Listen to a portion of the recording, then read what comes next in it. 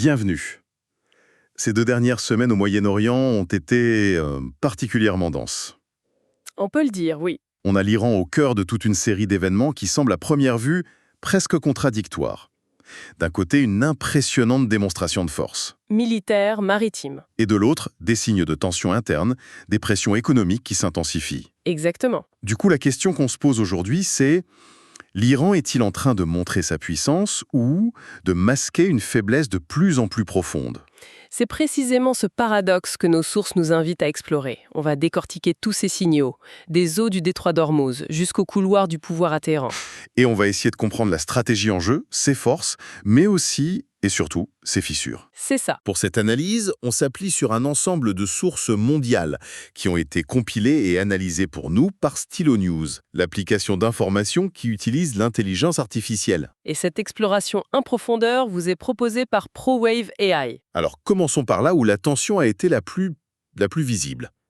En mer. Oui, l'événement marquant, c'est l'arraisonnement du pétrolier Talara, le 14 novembre. Le Talara. Voilà, il battait pavillon des îles Marshall et il se dirigeait vers Singapour. Et ce n'était pas une simple inspection. Ah non? Les commandos du corps des gardiens de la Révolution islamique, le CGRI, sont descendus en rappel depuis un hélicoptère. C'est une mise en scène très visuelle, très étudiée. C'est presque théâtral en fait. On n'est pas dans une simple interception. Le message semble aussi important que l'acte lui-même. Absolument. Et la justification officielle, c'était quoi? Officiellement, l'Iran a parlé d'une ordonnance judiciaire pour une cargaison non autorisée. Mais bon, Personne n'est dupe. évidemment. Le navire a été dérouté vers le port de Bandar Abbas et la réaction internationale, elle, n'a pas tardé. J'imagine. Le commandement central américain a tout de suite dénoncé une violation flagrante du droit international, une menace directe à la liberté de navigation. Et ce qui est intéressant, c'est comment ça s'est terminé. Oui. Ils ont libéré l'équipage, le navire, après quelques jours, 5 jours, je crois, mais ils ont gardé la cargaison. C'est un message très calculé, ça, non? Précisément. On évite la crise humanitaire, on ne retient pas les marins, mais on montre qu'on contrôle l'aspect économique. C'est une sorte d'escalade maîtrisée. C'est exactement ça. Ils montrent les dents, mais pas au point de déclencher une réponse militaire directe et inévitable. Ils rappellent à tout le monde qu'ils ont la capacité de fermer le détroit d'Ormuz s'ils le veulent. Le message, c'est: ne nous poussez pas à bout. Voilà, et ça marque un retour à une posture très agressive en mer après une période de calme relatif suite au conflit de juin. Ce qui rend ce geste encore plus significatif, c'est le contexte. Parce que ce jour-là, le 14 novembre, la pression sur l'Iran montait d'un cran sur un tout autre front. Le front économique. Exactement. Tout à fait. Le Trésor américain a annoncé un nouveau train de sanctions, massif.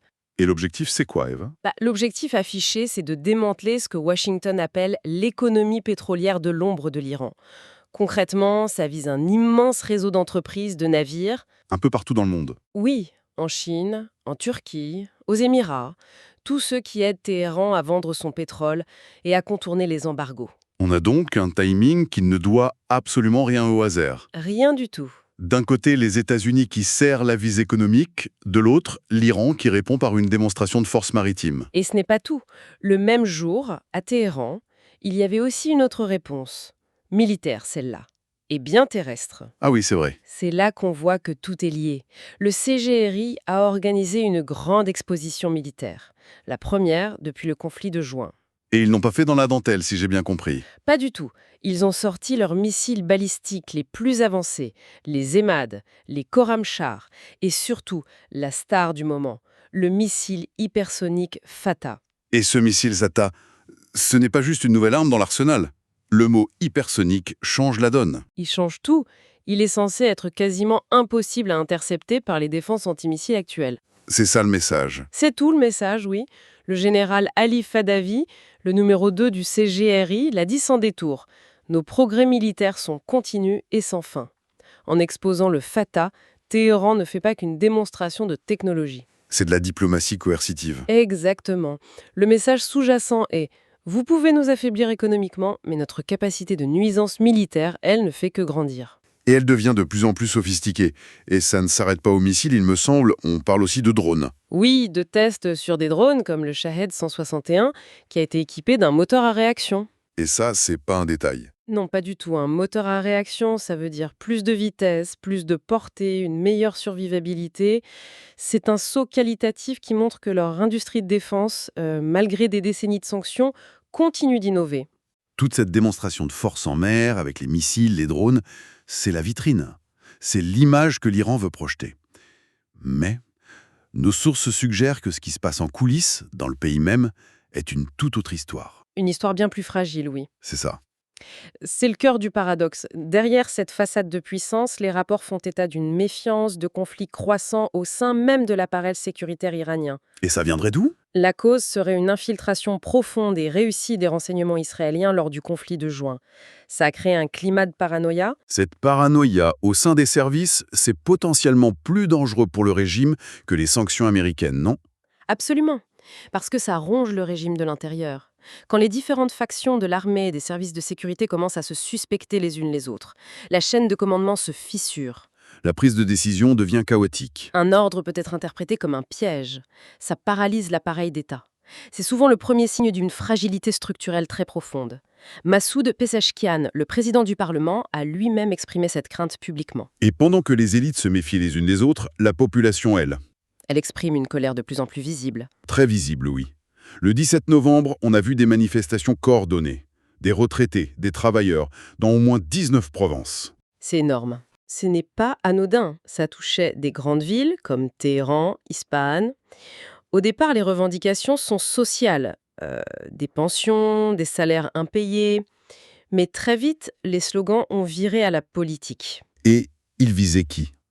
Ils dénonçaient la corruption et visaient directement les intérêts économiques du CGRI et même du guide suprême. Ce n'est plus seulement une grogne sociale, là. C'est une contestation politique. C'est ça.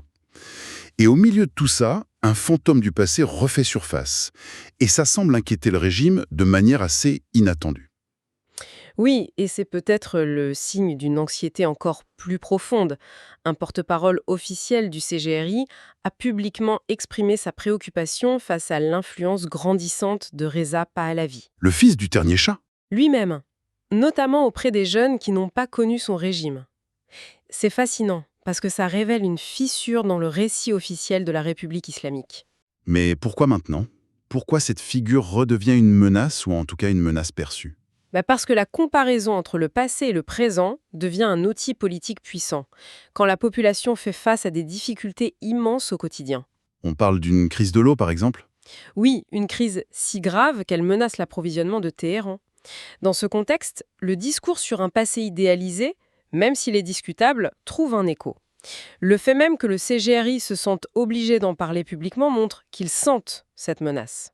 Donc, si on résume la situation intérieure, un régime qui projette une force militaire immense, Mais qui est simultanément rongé par des doutes internes, une contestation sociale et la résurgence d'une opposition symbolique. et comment est-ce que cette dualité se répercute sur sa politique régionale? Est-ce qu'ils arrivent à garder le contrôle de leurs alliés?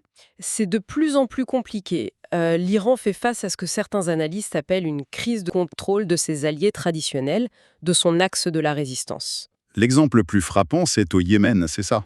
Oui, des sources indiquent que les Houthis agissent de manière de plus en plus autonome, notamment dans leurs attaques en mer Rouge. Ils poursuivent parfois leur propre agenda qui ne sert pas toujours les intérêts stratégiques de Téhéran. Donc ils n'obéissent plus au doigt et à l'œil. Comment l'Iran réagit? Ils envoient les poids lourds. On a appris que Téhéran a dépêché sur place Abdou Reza Chalei, un commandant très expérimenté de la force Quds pour la stratégie globale de l'Iran. C'est une mission à très haut risque. La situation semble aussi très tendue du côté du Liban, avec le Hezbollah. En effet, après l'assassinat ciblé d'un haut commandant du Hezbollah, Haitham Tabtabai, Attribué à Israël. que beaucoup attribuent à Israël, oui, eh bien des responsables iraniens ont publiquement exhorté le mouvement à changer de posture. Ils les poussent à abandonner leur politique de patience stratégique pour adopter une ligne plus dure. C'est une pression énorme sur le Hezbollah. Énorme, surtout qu'il doit aussi tenir compte de la situation catastrophique au Liban. Mais, à contrario, l'influence iranienne se renforce en Irak, non? Mais oui, mais c'est un excellent point. C'est toute l'ambiguïté de la situation. Oui, en Irak, les factions pro-iraniennes ont consolidé leur pouvoir au Parlement, ce qui donne à Téhéran un levier politique majeur. Mais Mais cette domination nourrit en retour un ressentiment, un nationalisme anti-iranien. Pour chaque gain d'influence, l'Iran crée potentiellement un contre-coup. Mais le revirement le plus spectaculaire, le vrai coup de théâtre, il vient de Syrie. Attendez. La Syrie de Bachar el-Assad, sauvée militairement par l'Iran et la Russie, Elle-même. qui annonce une coopération avec les États-Unis contre les groupes soutenus par l'Iran. Il y a quelques années, ça aurait été impensable. Assad joue sa propre carte. Il cherche à normaliser ses relations Et pour ça, il doit donner des gages. et imiter l'influence iranienne sur son territoire en est un. C'est un signal très fort que les alliances dans la région sont tous sauf figées. La situation est donc incroyablement fluide. Alors, avec toutes ces pièces en mouvement, cette tension entre force affichée et fragilité réelle, sur quoi faut-il garder les yeux ouverts dans les semaines à venir? Quels sont les indicateurs? Il y a 3 ou 4 points cruciaux. D'abord au Liban. La réponse du Hezbollah. Vont-ils céder à la pression iranienne et opter pour une escalade directe avec Israël? Au risque d'embraser le pays? Exactement. Ou vont-ils maintenir leur propre stratégie? Leur choix sera déterminant. Et au Yémen? Il faudra suivre les conséquences de la mission du commandant Chalaï. S'il réussit, on pourrait voir des actions plus coordonnées, peut-être plus dangereuses, en mer Rouge. S'il échoue, ça confirmera la fragmentation de l'axe. Et enfin, à l'intérieur de l'Iran même. C'est peut-être le plus important. Il faut surveiller l'évolution des protestations sociales. La crise économique ne va pas disparaître. Et la manière dont le régime gérera cette double menace, la contestation de la rue et la menace politique, symbolique, sera un indicateur clé de sa stabilité. Et bien sûr, le détroit d'Ormuz. Évidemment, la communauté internationale restera en alerte maximale là-bas. Cette capacité à relier des événements qui semblent distincts, une saisie de pétrolier, une expo de missiles, des protestations, pour en révéler les dynamiques profondes, c'est précisément le type de synthèse que Stylo News s'efforce de fournir. Stylo News est une application, disponible sur mobile et ordinateur, qui est conçue pour transformer la façon dont on s'informe. Comment ça marche? Elle analyse en temps réel des centaines de sources d'informations traditionnelles, mais aussi des plateformes comme X, pour générer des bulletins personnalisés. Qui ressemble un peu à des rapports de renseignement en fait. C'est ça, sur les sujets qui comptent le plus pour chacun. Pour créer vos propres analyses à la demande et rester au fait des dynamiques mondiales complexes comme celles qu'on vient de discuter, on invite les auditeurs à découvrir Stylo News sur www.stylonews.com. Nous vous remercions de votre écoute. Si certains sujets vous intéressent pour de futures analyses, n'hésitez pas à nous en faire part. Et pour ne rien manquer, suivez Stylo News sur vos réseaux sociaux préférés.